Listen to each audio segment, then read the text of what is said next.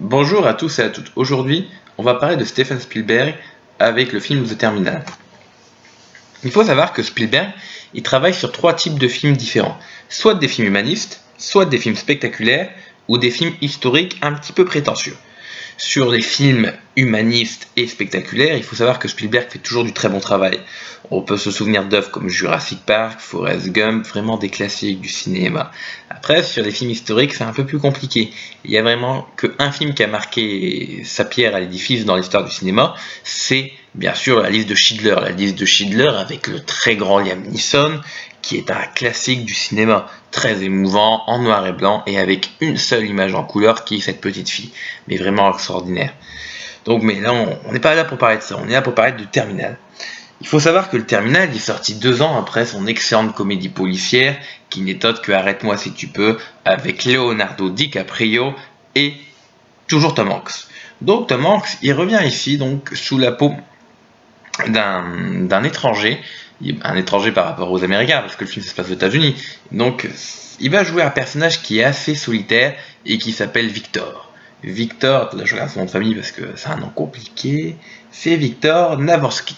Il joue Victor Navorsky. Donc, c'est un personnage solitaire, Victor Navorsky, qui essaye donc de rentrer aux États-Unis pour une raison assez mystérieuse. On ne sait pas tout le long du film pourquoi il veut rentrer aux États-Unis.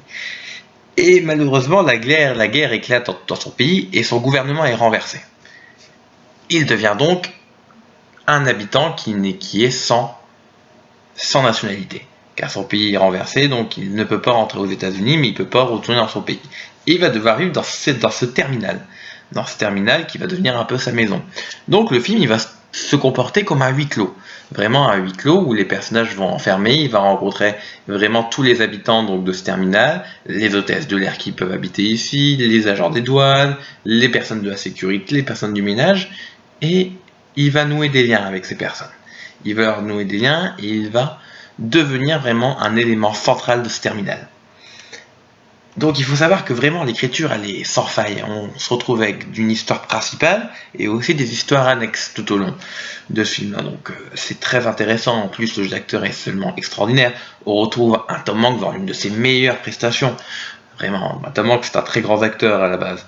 Après on a une musique de John Williams qui est vraiment extraordinaire et une Zeta Jones qui est plus belle que jamais. Très belle actrice d'ailleurs. On a aussi des références à l'histoire qui est vraiment très impressionnante au niveau culturel.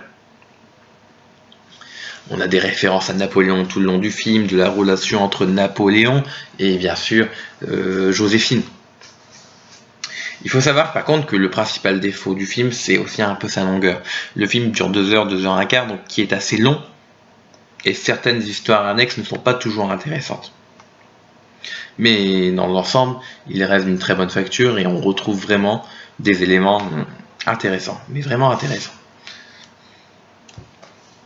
C'est vrai donc que je voulais dire aussi que le Terminal, ça constitue pas le film de l'année, c'est pas l'une des meilleures œuvres de Spielberg, mais ça reste une œuvre très jolie et très humaine.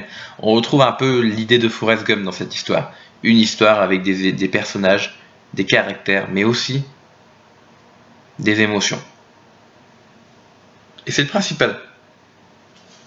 C'est le principal chez Spielberg de créer un univers avec des vraies émotions. Et je vais vous mettre une scène à la fin de cette critique, je pense, si elle n'est pas coupée par YouTube, mais je vais vous mettre une petite scène, et je pense qu'à chaque fois que je ferai une critique de film, je vais terminer par une scène culte pour moi du film. Comme ça, pour vous donner un peu une idée ou une envie de regarder. Bien sûr, je vais essayer de vous mettre une scène qui vous spoilie pas trop. Donc voilà, et je vous dis une bonne soirée, et regardez ce film-là. Un seul conseil pour moi, c'est regarder ce film-là. Il est juste extraordinaire. Pour moi, c'est un beau film, avec une belle morale, une histoire d'amour qui est présente, mais qui est aussi un peu réaliste. Et c'est vraiment une œuvre phare pour moi de l'œuvre de Spielberg. C'est pas une de ses œuvres les plus marquantes, mais phare dans son genre.